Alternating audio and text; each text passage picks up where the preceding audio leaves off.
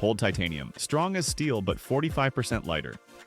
It won't rust, won't corrode, survives temperatures exceeding 3,000 degrees. Every Boeing 787 contains 32 tons of titanium. Your hip replacement? Titanium. The Mars rover wheels? Titanium. This metal starts as black sand on Florida beaches, transforms through chemistry so complex only a handful of facilities worldwide master it. In Henderson, Nevada, 40 miles from Las Vegas, TIMET operates America's largest titanium mill, a facility so critical to aerospace that government considers it strategic national asset. How does beach sand become jet engine parts costing $10,000 per pound? Why does titanium manufacturing require more electricity than small city consumes? Stay with us. You'll witness the violent beauty of molten titanium glowing like miniature sun and discover the shocking paradox. Titanium is Earth's 9th most abundant element, yet costs more than gold to produce. TIMET Henderson sprawls across 600 acres of Nevada desert, manufacturing complex visible from space. The main production building stretches half-mile long, housing forges that shake ground when operating. This single facility processes 15 million pounds of titanium annually, supplying 70% of Boeing's titanium needs plus Airbus, Lockheed Martin, medical device manufacturers worldwide. 800 workers operate around the clock, 3 shifts daily, never stopping. Watch the receiving area.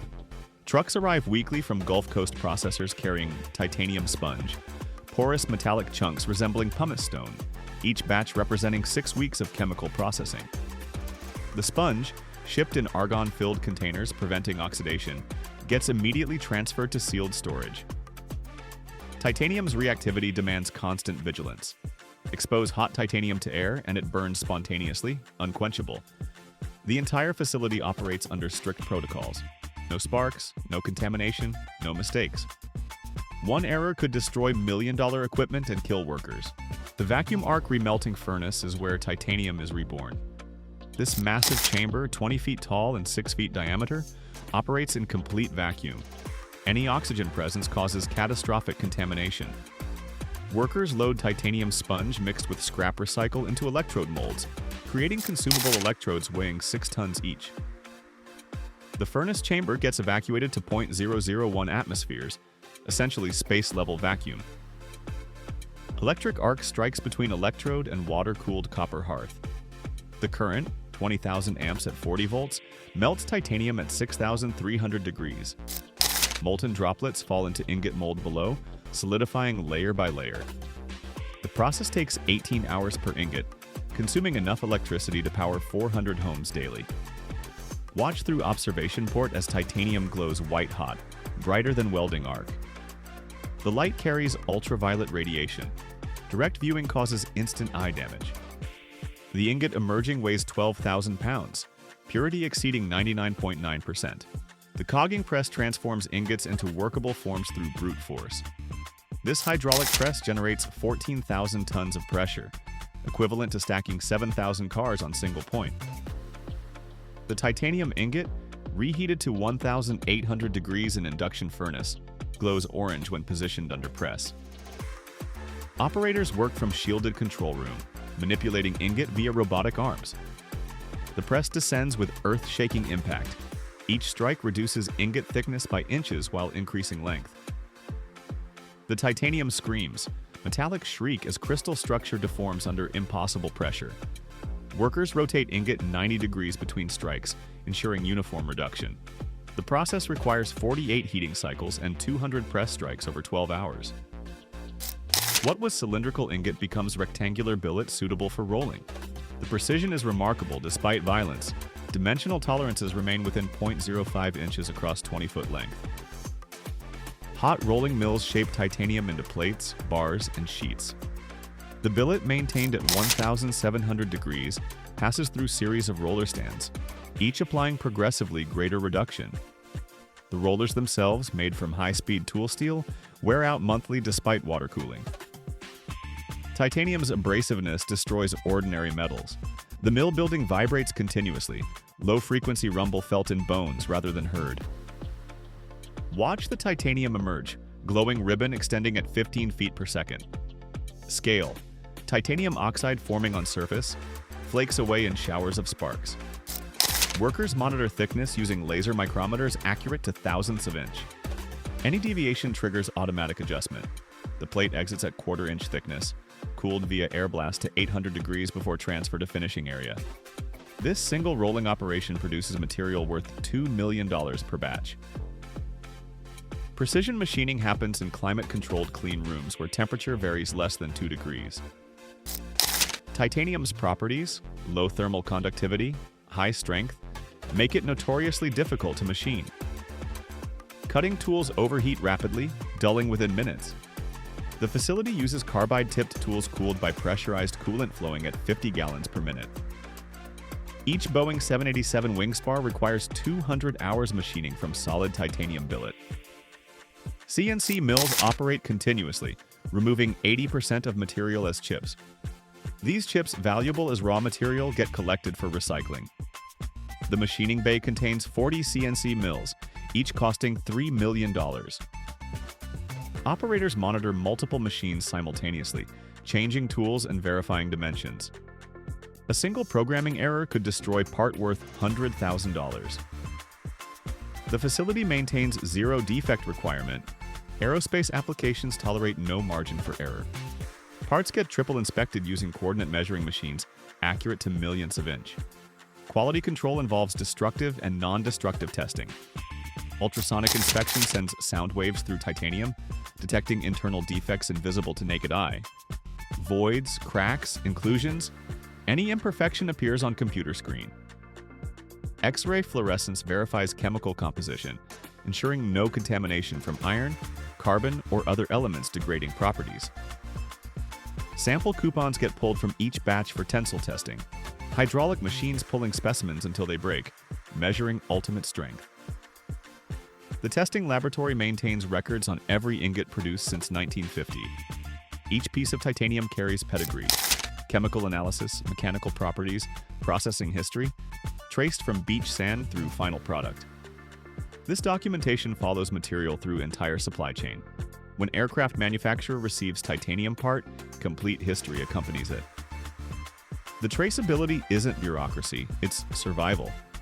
Component failure at altitude kills people. The quality system prevents that. TIMET's Henderson facility began operation in 1951 as Titanium Metals Corporation of America. Cold War drove expansion. Military aircraft demanded titanium for speed and performance.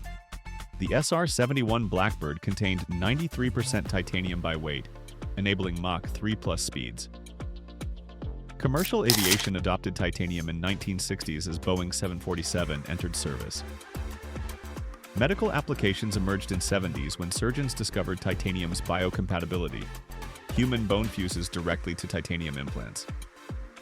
The Henderson plant survived industry consolidation, multiple ownership changes, bankruptcy restructurings.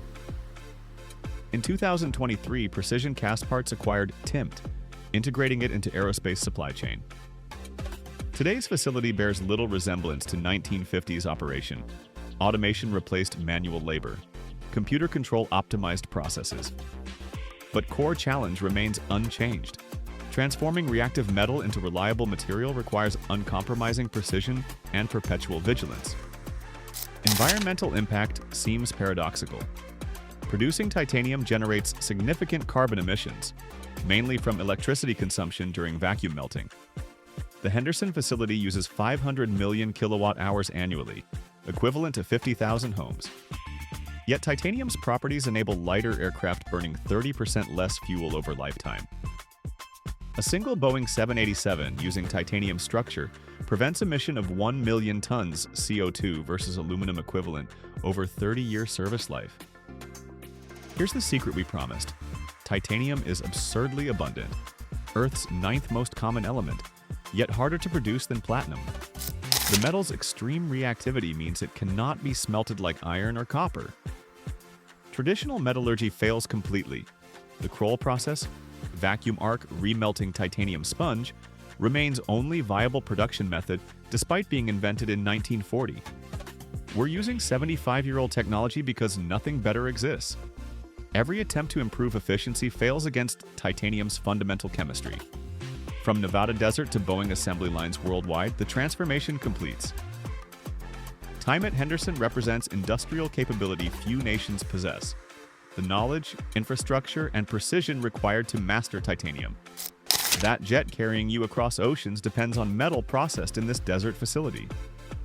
The hip implant restoring mobility came from Henderson furnaces. We've built aerospace dominance on metal that fought us every step, that demanded we develop entirely new manufacturing processes, that cost fortune to produce despite natural abundance. Titanium doesn't compromise. Neither does Henderson. The facility runs continuously, glowing furnaces melting metal that makes modern aviation possible. Every year, humanity extracts over 2 billion tons of iron ore from Earth's crust. Picture this. More than half of our planet's entire weight is iron, most locked in the core, creating the magnetic field protecting all life. But here's what shocks engineers worldwide. We're standing on the most abundant metal in the universe, yet accessing it requires temperatures hotter than volcanic lava. How does rust-colored rock transform into gleaming steel skyscrapers? How do ancient mountains become modern civilization? Stick around till the end. You'll discover why iron shaped human history more than gold ever did, and the jaw-dropping secret hiding inside every bridge, car, and building around you right now. The story begins in Western Australia's Pilbara region, where iron mountains stretch across landscapes older than dinosaurs. Massive excavators, standing 8 stories tall, picture buildings that walk, tear into rust-red cliffs with bucket teeth weighing 12 tons each. These mechanical giants rip through rock layers formed 3 billion years ago when Earth's oceans first rusted. With thunderous crashes echoing across 40-mile-wide craters, each excavator loads haul trucks carrying 400 tons per trip. That's the weight of 80 elephants moving at 40 miles per hour on tires taller than basketball hoops. Processing 30 million tons annually from single mines, enough iron ore to build 12 Golden Gate bridges every single day. Next comes crushing, where house-sized jaw crushers, imagine dinosaur mouths made of hardened steel, pulverize boulders into gravel-sized chunks. With deafening roars splitting eardrums even through protection, these crushers generate forces exceeding 20,000 pounds per square inch. Clouds of red dust billowing upward create artificial sunsets visible from space satellites. Conveyor belts stretching 12 miles long, longer than Manhattan, transport crushed ore at 18 miles per hour. Workers riding inspection carts traverse distances requiring 25 minutes one way. That's enough belt to wrap around 300 football fields. Every hour, 50,000 tons flow through this system, weight equivalent to 5 Eiffel Towers moving continuously past checkpoints. Giant grinding mills, standing 5 stories tall, with diameters matching Olympic swimming pool widths, pulverize rock into fine powder. Inside these rotating drums, 20-ton steel balls, each weighing more than shipping containers, tumble with ore, creating grinding thunder heard miles away. Operators monitor vibrations. Wrong frequencies mean catastrophic bearing failures, costing millions. At rotation speeds creating gravitational forces triple normal Earth gravity, particles shrink to powder finer than talcum. Processing 8,000 tons hourly, that's filling semi-truck after semi-truck every 30 seconds. This powder, called concentrate, contains 65% iron.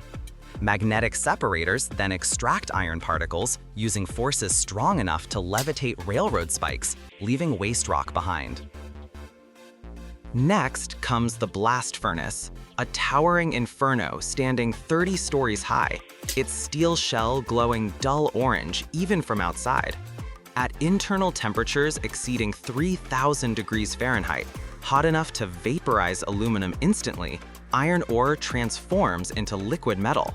Picture Dante's Inferno engineered with precision. Measured charges of iron ore, coke, and limestone descend from the top, while superheated air blasts upward at 2,000 degrees from ring-shaped nozzles called two airs. This creates a raging chemical storm where carbon monoxide rips oxygen from iron oxide molecules. The reaction releases enough heat to melt granite. Every 3 minutes, sensors check 20 different parameters. Without precision, furnaces explode with force demolishing city blocks. The blast furnace operates continuously for 15 years, never cooling, never stopping, like Earth's core relocated to industrial facilities. Inside this chemical reactor, materials descend through distinct zones. Upper regions preheat incoming ore. Middle zones drive off moisture and carbon dioxide. Lower depths become hell itself, where iron liquefies. At the hearth bottom, molten iron collects at 2,800 degrees Fahrenheit, dense as lead but flowing like water. Every 4 hours, workers drill through clay-plugged tap holes. Liquid iron erupts in blinding white rivers, flowing through ceramic channels into railroad cars holding 300 tons each. This step is critical because timing determines metal purity. Tap too early, slag contaminates. Too late, furnace pressure ruptures containment walls.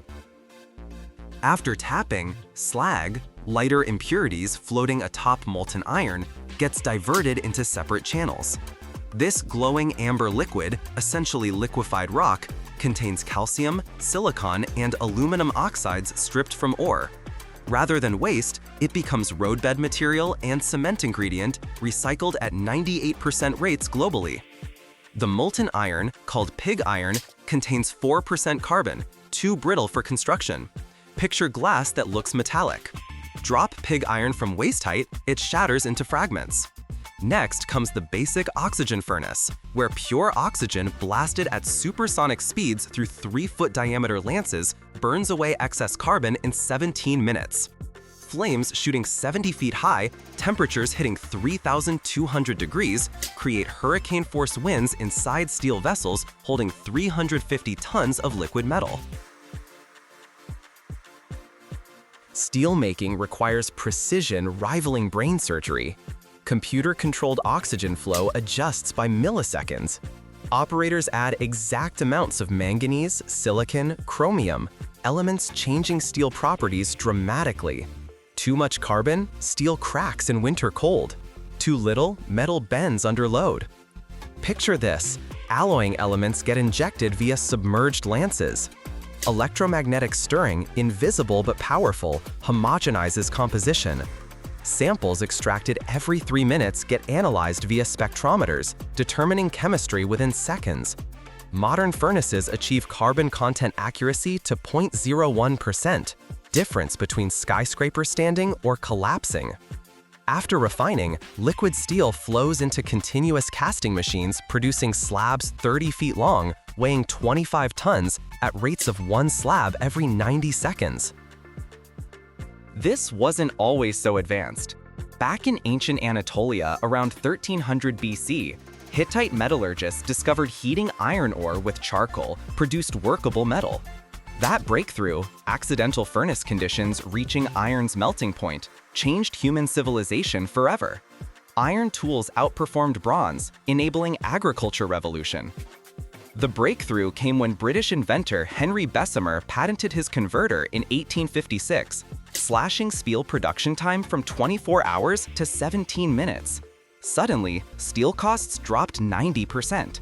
This single invention built modern cities. Skyscrapers, bridges, railroads exploded across continents. Today, global steel production exceeds 1.9 billion tons annually. That's enough to build 75,000 Eiffel Towers yearly, or manufacture 43 million automobiles, or construct bridges connecting every coastline on Earth.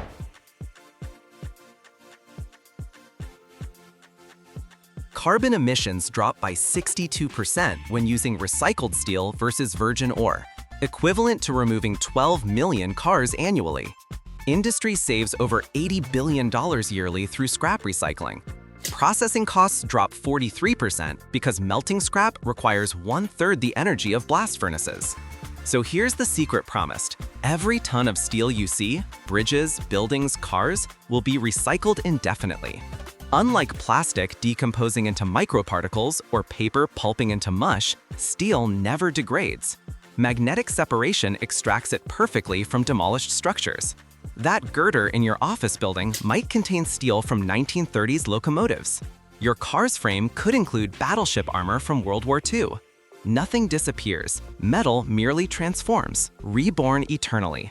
From ancient mountains to modern marvels, cycle completes. Iron, humanity's most essential metal, circulates through civilization like blood through veins. We're not consuming Earth's iron, we're borrowing it, briefly, before passing it forward to futures we'll never see. Every second, jet engines spinning at 12,000 revolutions per minute thrust hundreds of passengers across continents. But here's what defies physics. Inside those engines, turbine blades made of nickel alloy operate at 3,000 degrees Fahrenheit, temperatures exceeding their own melting point by 200 degrees. Picture holding ice cubes in boiling water without them melting. That's the metallurgical miracle happening 35,000 feet above your head. How does metal survive temperatures that should liquefy it? How do engineers grow crystals larger than your hand from molten metal? Stick around till the end, you'll discover the jaw-dropping secret of single crystal manufacturing that eliminated metal's greatest weakness, and why a single turbine blade costs more than your car, yet lasts 20 years in literal hell. The story begins in specialized foundries where clean room standards rival semiconductor fabs. These facilities maintain air purity of less than 100 particles per cubic foot, 10,000 times cleaner than normal atmosphere. Even microscopic dust particles cause catastrophic flaws in turbine blades spinning at speeds where centrifugal forces generate stresses exceeding 70,000 pounds per square inch. That's pressure crushing steel like aluminum foil. Workers suit up in full-body cleanroom gear before entering casting halls. Inside, massive vacuum furnaces standing 2 stories tall and weighing 80 tons create environments replicating outer space. Vacuum pumps evacuate air until pressure drops to 1/1,000,000th of atmospheric pressure. At these conditions, materials behave differently. Impurities vaporize instantly. Gases trapped in metal escape, leaving behind purity impossible at normal pressure. Processing single batches costs $50,000 in electricity alone. Next comes mold preparation, where ceramic shells, think pottery on steroids, get built layer by microscopic layer. Technicians dip wax patterns shaped like turbine blades into ceramic slurry 10 times, waiting hours between coats. Each layer adds thickness thinner than human hair. After 20 days of coating and drying, workers melt wax away in autoclaves, leaving hollow ceramic molds with internal channels more complex than human circulatory systems. These molds contain passages narrower than spaghetti strands, designed to cool blades from inside during operation. Some channels measure just 0.008 of an inch across, thinner than credit cards. Manufacturing these passages requires such precision that lasers verify every dimension. One blocked cooling hole means blade failure at 300 degrees lower temperature. That's difference between safe flight and catastrophic engine disintegration at cruise altitude, scattering turbine fragments through fuselage like shrapnel. Giant crucibles containing nickel-based superalloy. Mixtures of nickel, chromium, cobalt, aluminum, titanium, plus 6 other elements in exact proportions. Heat to 2,700 degrees Fahrenheit. Picture liquid metal glowing white like miniature stars captured in ceramic containers. This superalloy, developed through decades of research, contains more expensive elements per pound than fine jewelry.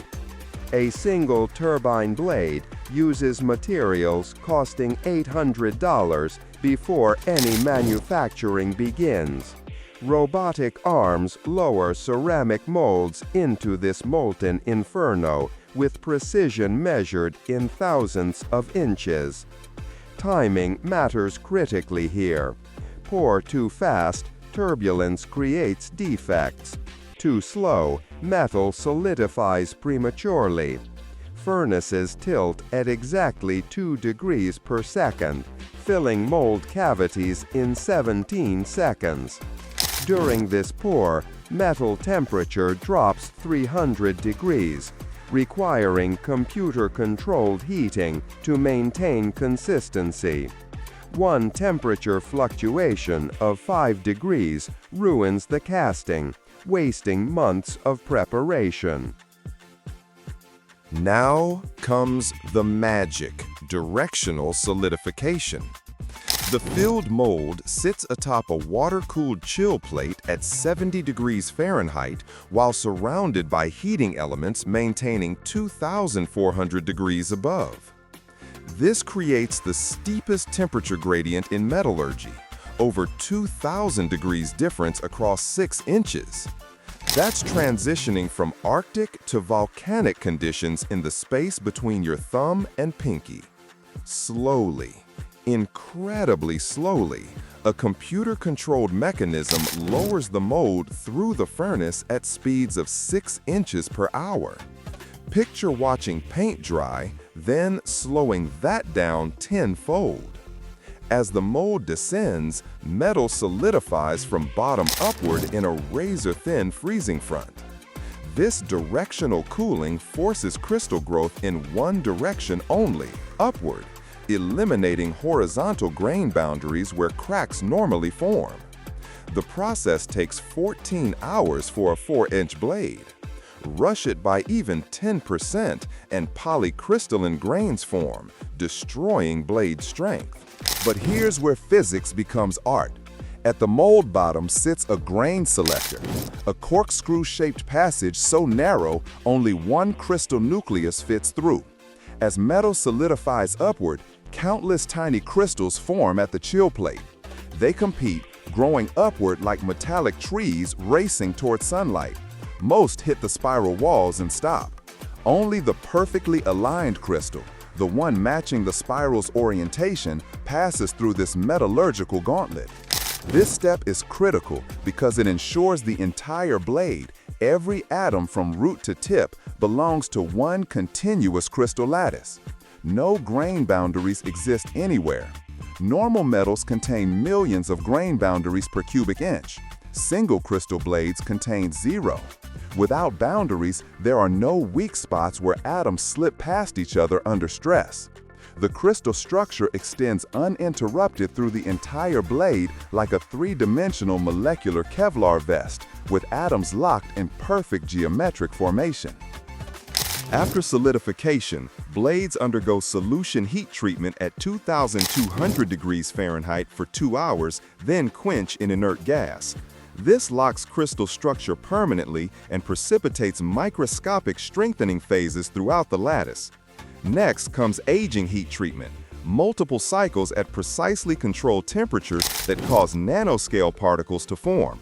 These particles, called gamma-prime precipitates, occupy 70% of the alloy's volume. Picture this. Imagine a 3-dimensional checkerboard where hard particles pin the crystal lattice, preventing atoms from sliding. These precipitates remain stable at temperatures where other metals liquefy. They're the secret allowing nickel alloys to maintain strength at 3,000 degrees, temperatures where aluminum vaporizes, titanium melts, and even steel becomes taffy. The heat treatment process takes 96 hours of precise temperature control. Deviate by 15 degrees at any point and mechanical properties drop 40%. Coating application transforms already sophisticated blades into thermal protection systems. First, a metallic bond coat, aluminum-rich alloy, gets applied via high-velocity plasma spray at 20,000 degrees Fahrenheit. Metal particles accelerate to twice the speed of sound, impacting the blade surface with such force they cold weld instantly. This creates a rough surface for subsequent layers while providing oxidation resistance. Then comes the thermal barrier coating, yttria-stabilized zirconia ceramic, applied atom layer by atom layer using electron beam physical vapor deposition. In vacuum chambers, electron beams vaporize ceramic ingots. The vapor condenses on rotating blades, building up a coating 0.08 of an inch thick with a columnar microstructure full of microscopic pores. These pores act like thermal insulation, trapping air pockets that reduce heat transfer. The ceramic coating lowers blade temperature by 400 degrees, the difference between survival and meltdown. Modern engines couldn't exist without this coating technology. This wasn't always possible. Back in 1940, early jet engines used cast iron turbine blades lasting 20 hours before failure. Temperatures barely reached 1,400 degrees Fahrenheit. The breakthrough came when Pratt & Whitney researcher Frederick Vierling invented directional solidification in 1966, eliminating transverse grain boundaries and doubling blade life overnight. The true revolution arrived in 1982 when General Electric and Pratt & Whitney independently perfected single crystal casting. Turbine inlet temperatures jumped from 2,000 degrees to 3,000 degrees Fahrenheit, a 50% increase enabling massive efficiency gains. Modern turbofan engines achieve fuel efficiency triple that of 1960s designs. Today, advanced engines like the GE9X powering Boeing 777X aircraft operate at 3,200 degrees, with pressure ratios reaching 60-to-1. These engineering advances cut aviation fuel consumption by 65% per passenger mile over 50 years. Carbon emissions dropped by 12% when replacing older turbine blades with modern single-crystal versions in existing engines, equivalent to removing 18 million cars annually from global fleets. Airlines save over $47 billion yearly through improved fuel efficiency. Maintenance costs drop 58% because single-crystal blades last 3 times longer than conventional ones. So here's the secret promised. These blades don't actually survive above their melting point through material strength alone. They're actively cooled by air bled from the compressor, flowing through those microscopic internal channels at supersonic speeds. This cooling air, already compressed to 400 degrees Fahrenheit, seems hot by human standards but runs ice cold compared to the 3,000-degree combustion gases outside. Combined with ceramic coatings reflecting heat like mirrors, the actual metal temperature stays below 2,000 degrees, hot enough to glow orange but survivable. From molten metal to flying miracles, cycle completes. Single crystal turbine blades represent humanity's most sophisticated metal casting achievement. Objects where every atom's position matters, where crystal orientation determines survival, where manufacturing tolerances make computer chips look crude. We've engineered metal to survive in conditions nature never intended, creating materials that work at their physical limits. That's not just manufacturing, that's molecular architecture enabling the modern world's ability to shrink distance itself. Every day, somewhere in China, a machine generates force equivalent to stacking 200 fully loaded aircraft carriers vertically. This hydraulic press, rated at 80,000 tons, stands 10 stories tall and weighs more than the Eiffel Tower. Picture this. Under its ram, 300-ton steel billets, weight of 60 elephants, flatten like modeling clay in seconds. The ground shakes for miles when it operates. Windows rattle in villages 8 miles distant. How does humanity create machines powerful enough to reshape mountains of metal? Why did Cold War superpowers race to build ever larger presses? Stick around till the end. You'll discover the jaw-dropping reason these monster machines dominate aerospace and defense, the shocking physics of what happens when 80,000 tons compress glowing steel, and why welding became obsolete for the world's most critical components. The story begins at China Erzong Group in Deyang, Sichuan Province, home to the world's most powerful forging press. This colossal machine, commissioned in 2013, towers 120 feet tall. Picture a 12-story building dedicated to squashing metal.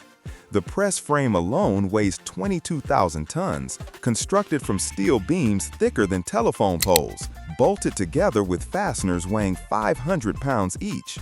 The facility consumes electricity equivalent to 40,000 homes during operation.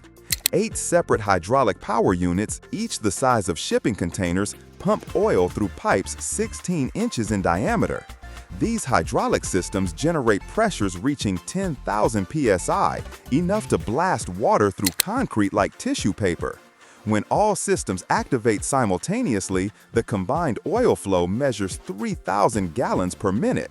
That's emptying a backyard swimming pool every 10 minutes continuously through hydraulic cylinders generating incomprehensible force. Next comes the press bed, a foundation descending 60 feet below ground level, deeper than 6-story buildings are tall. This isn't merely concrete, it's a geological anchor. Engineers excavated solid bedrock, then poured 8,000 cubic yards of reinforced concrete mixed with steel rebar, forming 3-dimensional cages. The foundation weighs 45,000 tons, more than 4 nuclear submarines combined. Why such extreme engineering? Because when 80,000 tons of force compress metal, Newton's third law demands equal reaction force pushing downward. Without this massive foundation, the press would crack bedrock and sink into earth like a nail hammered into butter. Seismographs detect vibrations from press operations 12 miles away, not from noise, but from actual ground displacement. The Chinese government prohibited residential construction within 2-mile radius specifically because repeated press cycles could damage building foundations through accumulated seismic stress over years. Giant overhead cranes, rated at 600 tons capacity and spanning widths exceeding football field lengths, position workpieces beneath the ram. These cranes represent engineering marvels themselves, structures where every rivet matters because failure means dropping cargo worth millions. Control rooms, protected by 18-inch thick reinforced concrete walls and bulletproof glass windows, house operators controlling machinery from safe distances. The press ram, the actual crushing surface, measures 40 feet by 30 feet, larger than most studio apartments. Made from tool steel hardened to withstand pressures that would pulverize normal steel, this ram surface gets replaced every 18 months despite costing $2 million. Replacing it requires 3 weeks of round-the-clock work using specialized welding techniques and stress relief treatments. Even with hardened steel, repeated impacts against 300-ton billets create microscopic cracks propagating until failure becomes inevitable. Now comes forging, industrial violence at physics-defying scales. Workers heat steel billets to 2,400 degrees Fahrenheit in furnaces consuming natural gas at rates measured in tons per hour. At these temperatures, steel glows brilliant orange and becomes plastic, deformable under pressure but not liquid. Picture clay that weighs more than locomotives and requires forces exceeding aircraft carrier displacement to reshape. Overhead cranes lower glowing billets onto the press bed with precision measured in inches, despite handling weights where inches of error cause catastrophic collisions. The ram descends at speeds reaching 20 inches per minute. Sounds slow until you realize 80,000 tons moving at any speed generates momentum requiring precise hydraulic control. One malfunction, one stuck valve, one pressure spike, and the ram becomes an uncontrollable projectile carrying enough energy to demolish the entire facility. The compression itself defies description. As the ram contacts glowing steel, metal begins flowing, literally flowing despite being solid. Under 80,000 tons of pressure, crystal structures collapse and reorganize. Grains elongate perpendicular to compression direction, creating oriented microstructures impossible to achieve through casting. The billet spreads outward, metal squeezing into die cavities with force sufficient to emboss detail smaller than human hair thickness. This step is critical because forging aligns crystal boundaries, eliminates porosity, and creates grain flow patterns following component geometry. Cast parts contain random crystal orientations and microscopic voids. Forged parts exhibit continuous crystal structures and zero internal defects. That's the difference between components failing under stress versus components exceeding design specifications. Hydraulic systems monitor pressure continuously. Deviations exceeding 1% trigger automatic shutdown, because overpressure shatters dies costing millions, while underpressure produces weak forgings requiring scrapping. After initial compression, the workpiece requires reheating and multiple press cycles. Large forgings need 20 to 40 separate compressions, each reshaping metal incrementally. Between cycles, manipulators, robotic arms capable of rotating 300-ton workpieces, reposition the forging. These manipulators exert forces exceeding 500 tons merely to rotate incandescent metal safely. Picture this: the forging process for a single large component spans 2 weeks. Workers cycle the workpiece between furnace and press 40 times, gradually transforming a rectangular billet into complex shapes: bulkheads for aircraft fuselages, rocket motor casings, pressure vessel heads. Each press cycle compresses the forging 3 to 6 inches, permanently deforming metal through controlled violence. Temperature control matters critically. Too hot, metal oxidizes excessively. Too cold, it cracks under pressure. Operators monitor color constantly, making decisions affecting millions in material value based on visual assessment of orange to red glow transitions. Quality control begins before forging even starts. Ultrasonic inspection systems scan billets, searching for internal defects invisible to naked eyes. Even microscopic inclusions, slag particles, oxide stringers, sulfide formations, become stress concentrators, causing catastrophic failure in finished components. Rejected billets return to steel mills for remelting. After forging, dimensional inspection using laser scanning creates three-dimensional models accurate to thousands of inches across components 30 feet long. Metallurgical testing cuts samples from forging edges, examining grain structure through electron microscopy. Grain size, orientation, boundary spacing, all must meet specifications tighter than semiconductor manufacturing tolerances. Modern aerospace forgings require grain sizes smaller than 0.005 inches, with elongation ratios exceeding 10 to 1. Without precise microstructure control, components fail unpredictably during service, potentially causing catastrophic accidents. This technology race began during Cold War paranoia. In 1955, the Soviet Union commissioned a 75,000-ton press at Novokramatorsk specifically for forging submarine hulls and missile casings. American intelligence discovered this capability through spy satellite photographs showing the massive building housing it. President Eisenhower immediately authorized construction of matching presses. The Air Force Heavy Press program built 12 presses between 1956 and 1959, including twin 50,000-ton giants at Alcoa and Wyman Gordon. These presses enabled Boeing 707 and later jumbo jets. Without them, aircraft manufacturers couldn't produce wings large enough. The strategic logic was brutal. Whoever controlled large forging capacity controlled aerospace dominance. Nations without heavy presses bought components from competitors, creating national security vulnerabilities. China entered this arena late but decisively. Their 80,000-ton press, exceeding any Cold War relic, announced intentions clearly: aerospace independence. Today, China produces aircraft landing gear, rocket stages, and turbine components previously imported from America and Russia. The press paid for itself within 5 years through import substitution alone. Carbon emissions drop by 43% when forging replaces welded assembly in aircraft structures, eliminating welding energy and reducing weight through integrated designs.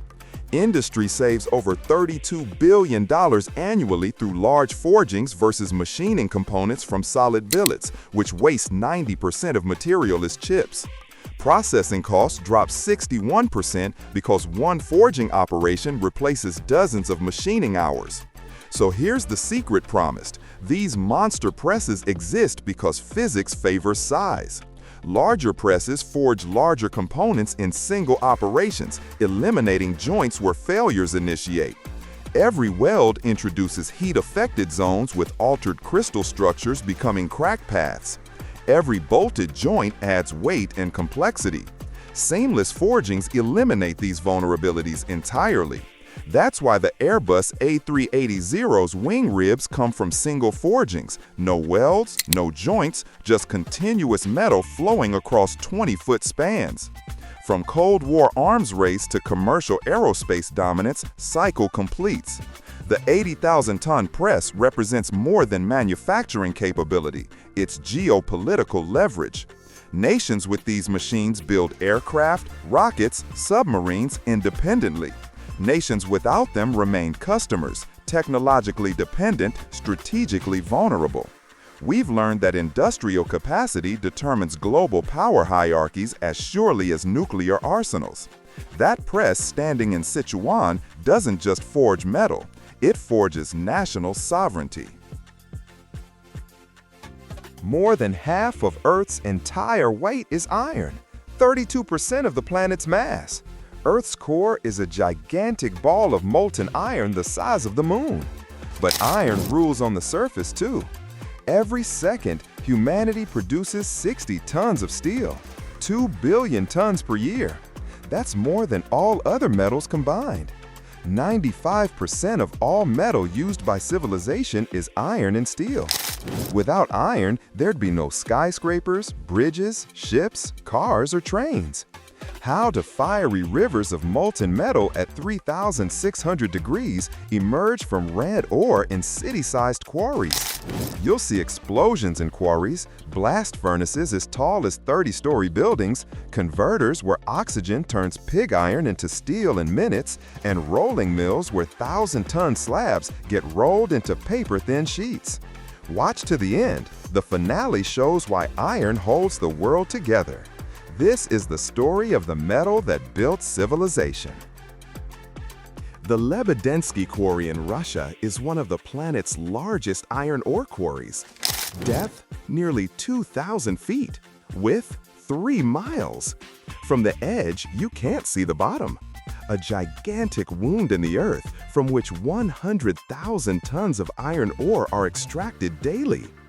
Excavators as tall as 10-story buildings scoop rock with buckets holding 1,800 cubic feet. One bucket is like a small house. Dump trucks with 360-ton capacity haul ore up the spiral road. Wheels taller than a person. But before loading the ore, it needs to be blasted. Drilling rigs create holes 65 feet deep. Tons of ammonium nitrate explosive are packed into these holes. The explosion? Earth trembles. A wall of rock tall as a skyscraper crashes down. A dust cloud rises 3,000 feet. After the dust settles, excavators begin work. The ore is reddish-brown, sometimes almost black. Magnetite and hematite, iron oxides. Iron content ranges from 30 to 60%. The rest is waste rock. The ore goes to a processing plant. Massive cone crushers grind bus-sized chunks. The noise can be heard for miles. Ore gets crushed to fist size, then to gravel, then smaller. It enters ball mills, steel drums 20 feet in diameter, 33 feet long. Inside are hundreds of tons of steel balls. The drum rotates, balls drop, grinding ore into fine powder. After 8 hours of grinding, you get reddish-brown dust.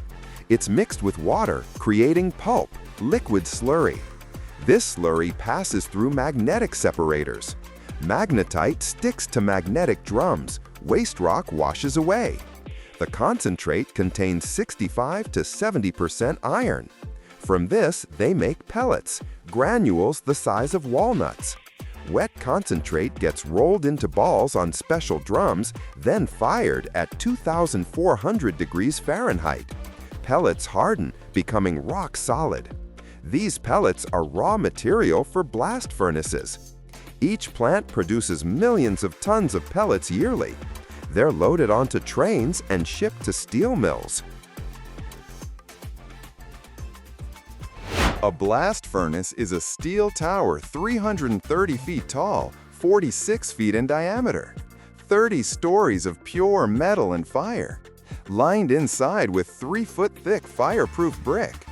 Internal volume, 176,000 cubic feet. Iron ore pellets, coke, and fluxes like limestone or dolomite are loaded from the top, in layers, like a layered cake, several hundred tons at a time. From below, through tuyères, openings in the walls, hot air is blown in. Air temperature, 2,200 degrees Fahrenheit. Pressure, 4 atmospheres. Coke ignites. Temperature in the furnace's lower section reaches 3,600 degrees Fahrenheit. Pellets slowly descend, heating up. Different reactions occur at different heights. First, moisture leaves the ore. Then, at 930 degrees, iron oxide reduction begins. Carbon from coke strips away oxygen. At 1800 degrees, ore becomes spongy iron. At 2700 degrees, iron melts. Drops of molten metal flow down. At the furnace bottom, molten pig iron accumulates, an iron alloy with 4% carbon. Pig iron temperature at the furnace bottom is 2,700 degrees Fahrenheit. It glows blindingly white with an orange tint. Pig iron is denser than slag, so it stays at the bottom. Slag, molten impurities and fluxes, floats on top. Every 4 hours, they open the tap hole, an opening in the furnace's sidewall. Pig iron tapping is a fire show. A stream of molten metal flows down channels. Sparks fly dozens of feet. The brightness requires dark glasses to watch. Pig iron flows into massive ladles on railroad cars. One ladle holds 300 tons. It's a locomotive made of molten metal. The ladle gets covered to prevent cooling and shipped to the steelmaking shop. One blast furnace operates continuously for years. Stopping is catastrophic. Metal would solidify inside. The furnace produces 10,000 tons of pig iron daily. That's like 100 railroad cars. Major steel mills have 10 to 15 blast furnaces. But pig iron isn't steel yet. It's brittle due to high carbon content. Steel is needed, an alloy with less than 2% carbon. Pig iron gets poured into a converter, a massive pear-shaped vessel 33 feet tall, lined with fireproof brick. It holds 350 tons of molten metal. The converter tilts, pig iron pours in, steel scrap is added for cooling. The converter returns to vertical position. An oxygen lance, a tube 20 inches in diameter, lowers from above. Oxygen flow begins. A jet of pure oxygen at 150 pounds per square inch pressure strikes the molten metal. Violent reaction begins. Oxygen oxidizes carbon, silicon, manganese, impurities in pig iron. These exothermic reactions release enormous heat. Temperature rockets to 3,200 degrees Fahrenheit. Metal boils and churns. Flame tongues several feet high shoot from the converter mouth. Sparks and molten drops fly everywhere.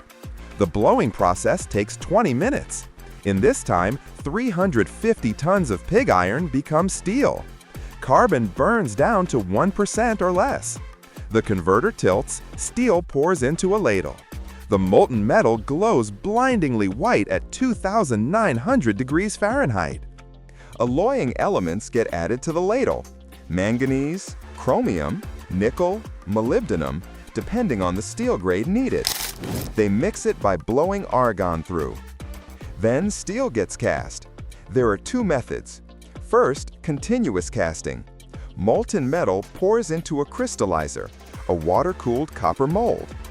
Below, a solidifying blank emerges, a slab 8 inches thick, 6.5 feet wide. It glows red. Surface temperature around 1,800 degrees Fahrenheit. Gas cutters slice the slab into 33-foot lengths. One slab weighs 25 tons. Second method, casting into ingot molds. Steel forms. This creates ingots up to 50 tons. These ingots and slabs are semi-finished products. They go to rolling mills. There begins the final transformation. turning thick blanks into thin sheets, rails, or beams. Slabs heat in reheating furnaces to 2200 degrees Fahrenheit, red hot. Then they go to the rolling mill. It's a line of dozens of rolls. Steel cylinders 3 feet in diameter weighing dozens of tons. Rolls rotate toward each other. The red-hot slab enters between rolls. They squeeze and roll it. The slab gets thinner and longer. It passes through the next pair of rolls, even thinner, dozens of times. An 8-inch thick slab becomes a sheet 1 to 2 millimeters thick. Length grows from 33 feet to over half a mile. Rolling speed on finishing mills reaches 50 miles per hour. Red-hot steel ribbon flies through the mill, sparks flying everywhere. Temperature drops to 1400 degrees Fahrenheit, metal darkens. The strip cools with water, winds into giant coils weighing 20 to 30 tons. This is hot-rolled steel, the foundation for car bodies, appliance housings, building structures. Global steel production is 2 billion tons yearly. China produces over 1 billion tons, half the world's output. India, Japan, the US, Russia are other major producers. Steel is infrastructure's backbone. 95% of metal structures are steel, from skyscrapers to tin cans, from tankers to paper clips. Iron and steel are civilization's skeleton. Iron is the oldest metal after copper and bronze. The Iron Age began 3,000 years ago. First, iron came from meteorites, ready-made metal fallen from the sky. Egyptian pharaoh Tutankhamun was buried with a meteorite iron dagger. Smelting iron from ore was learned by Hittites in Asia Minor around 1200 BC. They kept the secret for centuries, but technology spread. Iron weapons were stronger than bronze. Iron plows worked soil better than wooden ones. Civilizations with iron defeated civilizations without iron. Medieval times, iron was made in small furnaces. The Industrial Revolution began with blast furnace invention in the 18th century. Early furnaces used charcoal. Later, they switched to coke from coal. The 19th century brought the converter process, rapid pig iron to steel conversion. Bessemer, Martin, Thomas, names that changed the world. The 20th century was steel century. Skyscrapers, bridges, ships, automobiles. Without steel, there'd be no modern world. And so, traveling from explosions in 2,000-foot-deep quarries through giant crushers and magnetic separators, through 300-foot-tall blast furnaces at 3,600 degrees and converters where oxygen burns out carbon in 20 minutes, through rolling mills where 8-inch slabs become millimeter-thin sheets, steel emerges, the metal that built civilization. 2 billion tons per year. 60 tons every second. The metal everything around us is made from. Every skyscraper, every bridge, every car, every ship. It's iron, mined from red ore, remelted in fire, rolled into sheets. More than half of Earth's weight is iron. The planet's core is molten metal. And on the surface, iron rules. 95% of all metal is iron and steel. From nails to bridges, from paper clips to skyscrapers, iron holds the world together. Without iron, humanity would collapse back to the Stone Age. No machines, no electricity, no internet. Everything's built on iron. From fiery rivers of molten pig iron in blast furnaces to steel beams holding up skyscrapers. Iron is the foundation, the base, civilization's skeleton. Metal of the gods that became metal of the masses. The most abundant, most important, most irreplaceable. Iron, the metal that holds the planet together. Every second, 32 tires begin service worldwide. Each survives 100,000 miles of punishment, heat, friction, road impacts before replacement. Picture mountains of rubber growing daily, 2 billion tires manufactured annually, weighing 25 million tons combined. That's every car, truck, aircraft, and bicycle on Earth demanding fresh rubber constantly. How does liquid petroleum become indestructible black donuts? Why do old tires refuse to decompose for 500 years? Stick around. You'll discover the shocking chemical process transforming oil into immortal rubber, and the jaw-dropping secret of where 85% of American-worn tires end up. Hint? It's beneath your feet on football fields. The story begins in Southeast Asian plantations, where rubber trees grow in geometric rows, stretching miles. Workers cut V-shaped grooves into bark, collecting milky latex sap in cups. Each tree produces 2 ounces daily, barely enough to fill shot glasses. Natural rubber comprises 30% of modern tires. The remainder uses synthetic alternatives derived from petroleum. Massive chemical plants crack crude oil into monomers, butadiene, styrene, then polymerize them into synthetic rubber matching natural properties. These facilities process 50,000 barrels daily, transforming black liquid into white crumb rubber. The similarity is uncanny. Petroleum-based rubber exhibits elasticity, strength, and durability rivaling million-year-old tree evolution. Chemistry replicates nature in months. Next comes compounding, the secret sauce where rubber meets additives.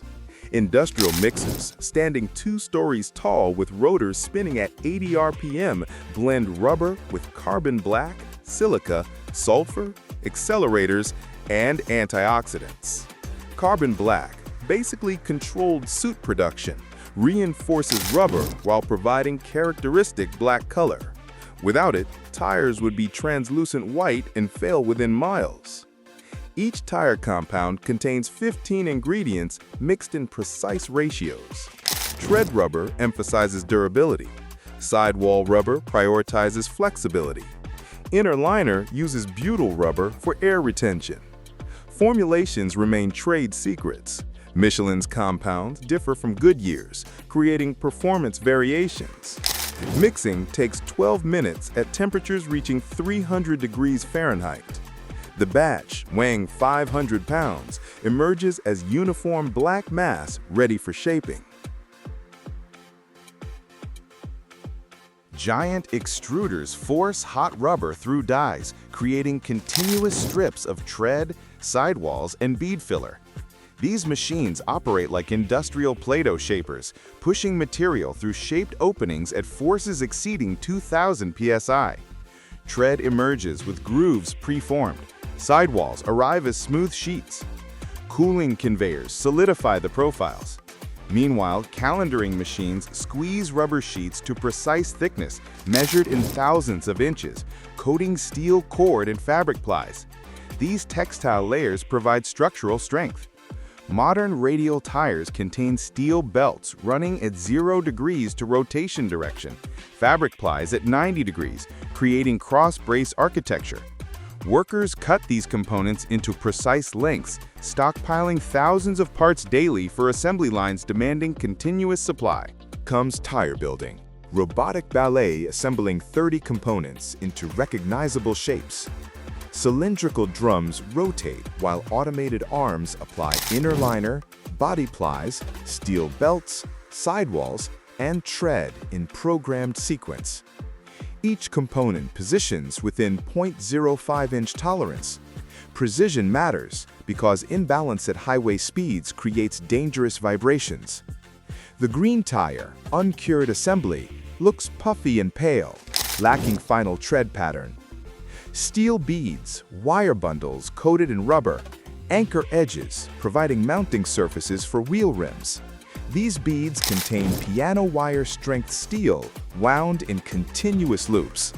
Braking beads requires forces exceeding 5 tons, ensuring tires never separate from rims even during blowouts. Assembly takes 3 minutes per tire on modern automated lines, producing 2,000 tires daily.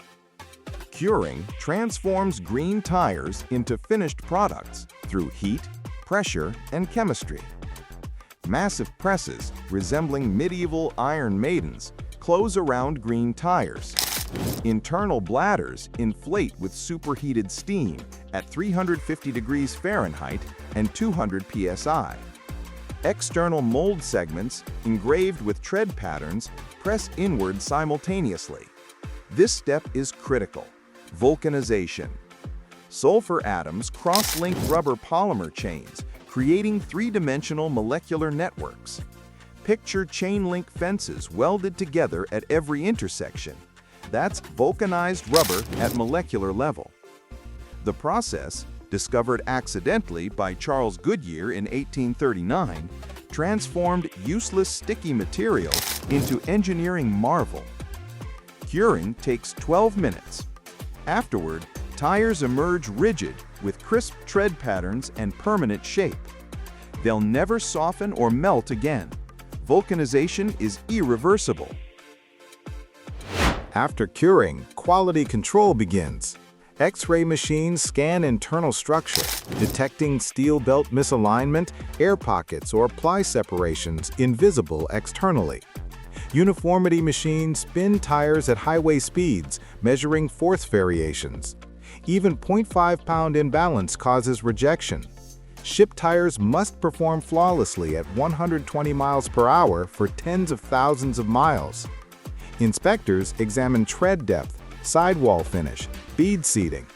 DOT codes stamped into sidewalls identify manufacturing plant, date, batch number, critical for recalls. Modern tires undergo durability testing. Machines simulate 50,000 miles in 72 hours, cycling through temperature extremes, overloading, underinflation. Failure rate must stay below 0.1%. That's one defective tire per 1,000, because tire failure at highway speeds kills people. Performance testing pushes limits beyond consumer use. Test drivers race prototype tires on proving grounds, executing emergency maneuvers, sustained high-speed runs, extreme weather conditions. Sensors measure temperatures, pressures, wear rates. Data feeds computer simulations refining compounds and construction. Winter tires use softer compounds, remaining flexible below freezing. Summer tires can employ harder rubber, resisting heat degradation. All-season compromises performance for year-round versatility. Racing slicks sacrifice tread patterns for maximum contact area. Professional race tires last 200 miles but provide grip exceeding street tires tenfold. Tire engineering optimizes contradictory requirements: durability versus performance, comfort versus handling, cost versus longevity. Every design represents compromises, balancing physics against economics. This technology evolved from crude beginnings. Ancient Mesoamericans harvested rubber for balls and waterproofing 3,000 years ago, but material degraded rapidly. Charles Goodyear's 1839 vulcanization discovery changed everything. Accidentally dropping rubber sulfur mixture on hot stove created heat-stable material. The pneumatic tire emerged in 1888 when John Dunlop invented air-filled rubber tires for his son's tricycle. That innovation enabled automobile revolution. Cars needed shock absorption only inflatable rubber provided. Radial tire construction, invented by Michelin in 1946, improved durability 50% over bias ply designs. Today's run-flat tires, self-sealing compounds, and airless prototypes continue evolution. Annual global production exceeds 2 billion units, creating waste management crisis demanding solutions. Carbon emissions dropped by 62% using recycled tire crumb versus virgin rubber production. Industry saves over $41 billion annually through tire recycling. Processing old tires into crumb costs 70% less than manufacturing new rubber from petroleum. So here's the secret. 85% of American-worn tires avoid landfills through recycling programs. Shredders reduce tires to fingernail-sized crumb. This material becomes artificial turf infill, those black granules beneath football field grass that cushion impacts and improve drainage. Schools, parks, and stadiums nationwide walk on recycled tires daily without knowing. Crumb rubber also creates playground surfaces, running tracks, asphalt modifiers, improving road durability 20%. From petroleum to pavement to playing fields, cycle completes. Tires never die, they transform. That indestructible black donut refusing decomposition becomes humanity's accidental gift to circular economy. We've learned that immortal materials demand eternal responsibility.